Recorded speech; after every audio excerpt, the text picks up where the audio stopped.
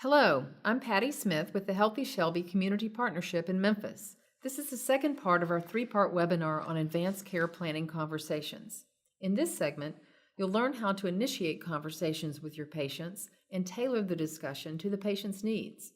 Our presenters are Jerry Ashley and Sally Aldridge, both registered nurses in Memphis with experience in hospice, palliative care, and advanced care planning. Jerry is Assistant Director for Life Planning and Palliative Medicine Services at Baptist Memorial Healthcare Corporation in Memphis. Sally is Senior Advisor for Methodist Le Bonheur Healthcare in Memphis. We'll begin with Jerry. Good morning, everyone. Glad you're here today. This conversation in this webinar is going to look at how do we really start these conversations and how do we align these conversations around hope and respect. I hear from physicians that they're often afraid to start these conversations for fear they will take away hope from the patient, when in fact, what this conversation does is help prepare them for the future so that when that future arrives, they're prepared and their family's prepared and the physician is prepared with knowledge of the patient's decisions. Jerry, an interesting fact is that there was a survey done recently of over 700 physicians in the U.S., the John Hartford Foundation. They did a study of over 700 physicians, some specialists, some internal medicine. And one of the things that was striking is every physician felt that these conversations were extremely important to have with their patients. They value their patients' wishes above all else.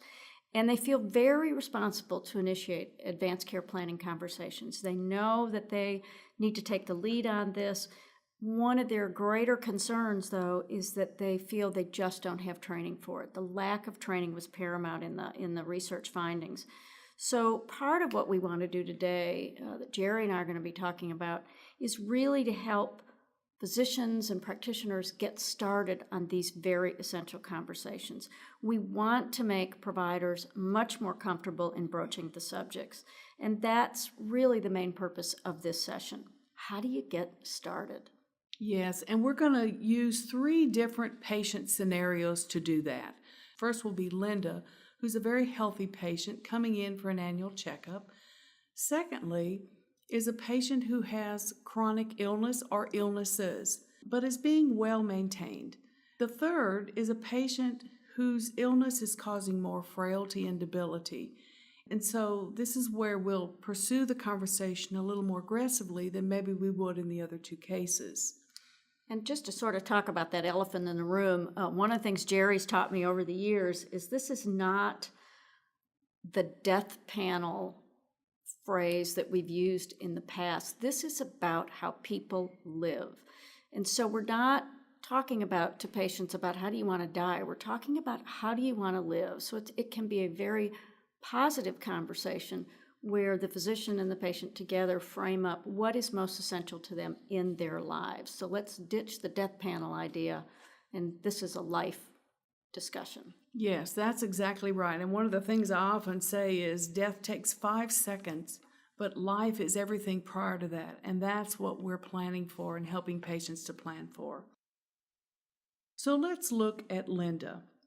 She presents here with her family, and she's a 53-year-old in good health. She's an attorney, she's married with 2 children, she exercises regularly, and she's a non-smoker. And so the question is, how do we approach Linda? The first option on the slide says, how do you want to live? That would be prefaced with, you're healthy, things are going well, but we never know when a healthcare crisis will occur. And so the question is, how do I as a physician take care of you? And that involves a patient thinking, how do I want to live if I'm seriously ill and lose certain qualities of my life? And at this annual wellness visit with Linda, chances are she might not have thought of it either. So this is really an opportunity for you to work through some of these decisions and thoughts together. There doesn't have to be a complete document or decision documented at this very Correct. First visit. This is an evolving type of approach. So it may be the first time she's even thought about it. So you can kind of begin to think about it together. Yes. And patients often believe that the doctor is withholding information, and so the doctor needs to be gently honest to say, I've nothing I'm hiding from you, but what I do need is to know how to take care of you at a time when you are critically ill. And so let's think about that now while you're healthy, and that we can have longer conversations in the future, as Sally referred to. So here's Joe with his friends. He's a 65-year-old. He has chronic health issues, diabetes, hypertension. He's recently retired, and he's an active volunteer, and he's divorced. So how would we approach this patient? First of all, it's recommended that we ask first, what does the patient understand about their illness? Patients who have multiple chronic illnesses often are seeing multiple physicians. And for you as the physician beginning a discussion of advanced care planning, it's important to know what they really understand. Often patients hear things and they interpret it in a way that is not correct. And so by asking the question of what do you understand about your illness, about the treatments being offered, it gives the patient an opening to discuss what they've been told and for the physician to clarify issues. And this is an opportunity for the physician to really ask some open-ended questions here of Joe to say, what matters to you most? What are the things in life that you value? I mean, those are great. They're emotional questions, but they really provide opportunity for some pretty free-ranging conversation, I think. Yes. So I think that's a good scripted question to have in your arsenal, is to say to him, what matters to you most? I think that's the way you can begin to get into some actual specifics. Yes, and in doing that, you begin to delve into those things that are valued by the patient and may not want to be interfered with treatments and other options for care. Another question is, what happens when things don't go well? And what do you want from me as a physician? That allows the patient to give thought to more about their care. And again, this may be an introductory conversation where you send the patient home with resources or an advanced care plan to read and consider, and then have follow-up conversations at next appointments. You know, and also sometimes I think in these conversations it provides an opportunity for the physician to clarify with the patient what their illness really is going to bring them down the road. Yes. I think as Americans, as we age, we deal with multiple chronic issues, and they are chronic. They're not going to get better. And I think at some point there needs to be a little bit of a reality check for some patients, for the physician to say, you know, your hypertension, well, really, like I think of things like congestive heart failure and heart disease and circulatory disease. They're not really going to get better.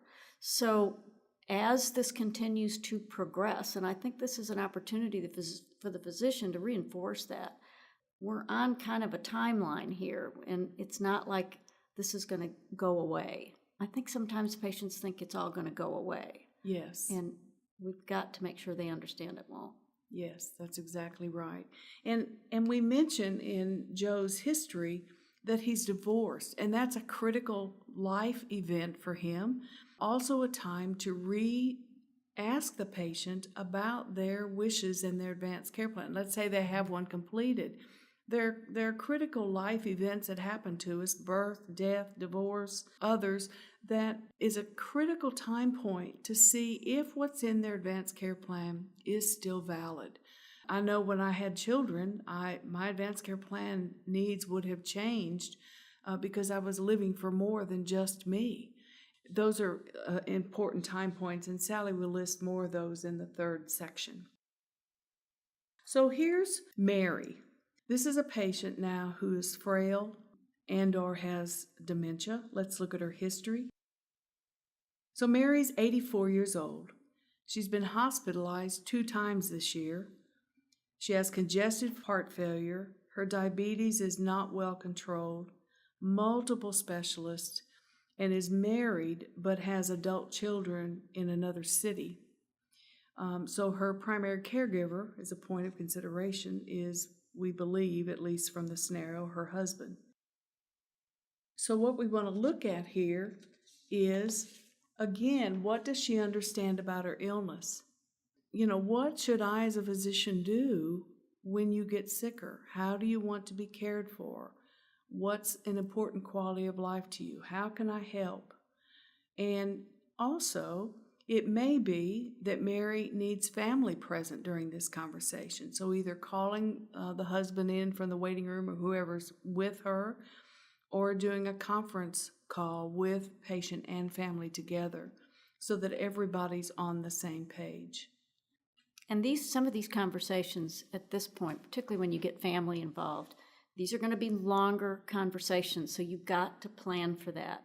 You know, I know everybody's days, particularly in the outpatient setting, their block times and their appointment times are very, very compressed. If you know you're going to have a conversation and get a family member involved, this is a time to maybe double block that time. When we get into coding and billing, you'll see where the time you can bill for that time, but these are conversations that take a little bit longer, where you sit down and you really let people talk.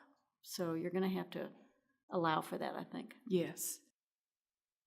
And on the next slide, you'll see that we do have some resources available to both family and friends, as well as the patient. There's a conversation starter kit through the Conversation Project. On that website, there's a 12-page guide that, again, walks you through the steps. And then the National Hospice and Palliative Care Organization has a page where they discuss how to talk to your healthcare provider. When the physician meets with family, often family may not know all that's wrong with mom, or confused about what's wrong if they've gotten answers from the patient about their health care. So there may need to be a lot of clarification, and this website will help them think through questions they can ask. Just like any skill we need to learn as healthcare providers, think of these conversations as another skill you can be learning. And these are great, these websites are great resources just to learn as much as you can about it. It's not easy. It may be easier for some than others, but remember, this is a new skill that you're adding to your arsenal. So I encourage everybody, take a little bit of time to learn about getting these conversations going.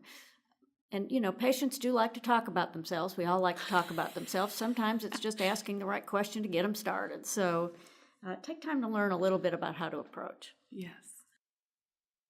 On this last slide, we just want to mention the Tennessee collaborative that we have here in Memphis between these 4 sources who are very supportive of this webinar. And we thank you for joining us and hope you'll join us for the 3rd section. Take care.